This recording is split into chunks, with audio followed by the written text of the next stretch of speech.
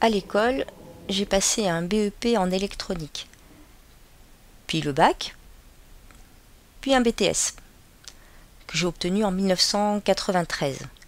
Ensuite, j'ai travaillé, j'ai été embauchée dans une entreprise qui s'appelle Flexico. J'occupais un poste technique, j'étais électricien, mais également chargé des schémas électriques. J'ai effectué un bilan de compétences en 2012. Il a duré du mois d'avril au mois de juillet. Mais en fait, j'ai gardé mon travail. Je continuais à travailler comme avant. J'avais juste demandé à mon patron l'autorisation de me rendre à mes rendez-vous pour le bilan. Je m'absentais un jour par semaine. J'étais suivie par 2 personnes, un conseiller pour l'accompagnement et un psychologue. Leur rôle consistait à m'aider à chercher vers quel métier j'avais envie d'évoluer.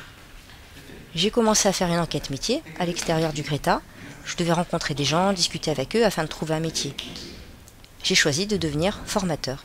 La spécificité des bilans ici, c'est bien sûr qu'on est spécialisé pour les personnes sourdes et malentendantes, mais aussi qu'on ne les fait jamais seuls.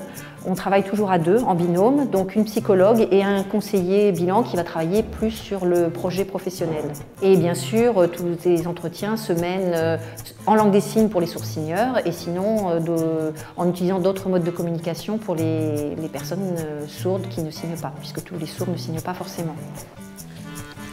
Je suis content, car ici je peux communiquer facilement grâce à la langue des signes. Et même ceux qui ne savent pas signer connaissent le monde des sourds.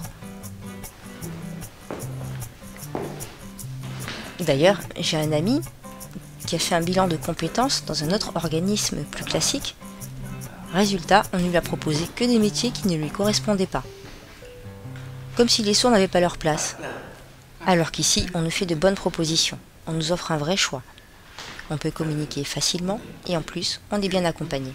Romain, il a fallu l'accompagner dans une reconversion professionnelle et puis aussi la création d'une autre identité professionnelle.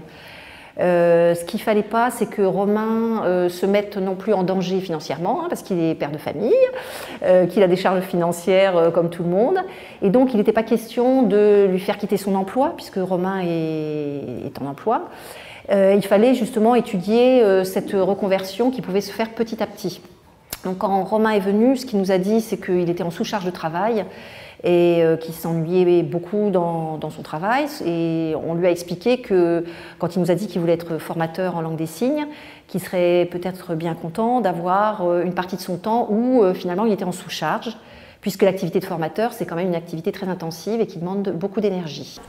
En 2012, mon choix de devenir formateur a été validé lors du bilan de compétences.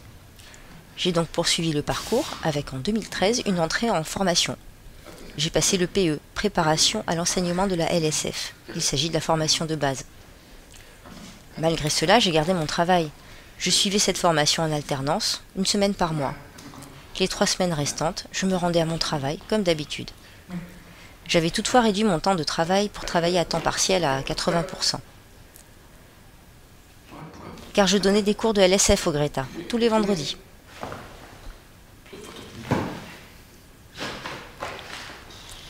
J'ai fait ceci jusqu'au mois de décembre 2013, date à laquelle j'ai obtenu le PE.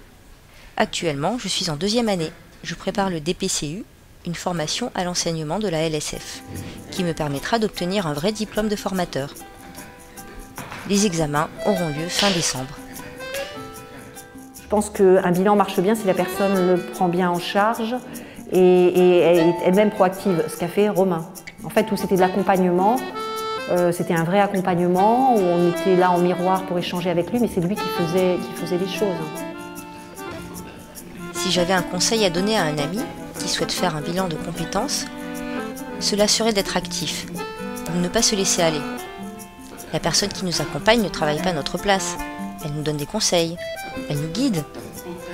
Mais c'est à nous d'effectuer des recherches, de construire notre parcours. Le conseiller est là pour échanger avec nous et faire en sorte que les choses s'enchaînent facilement.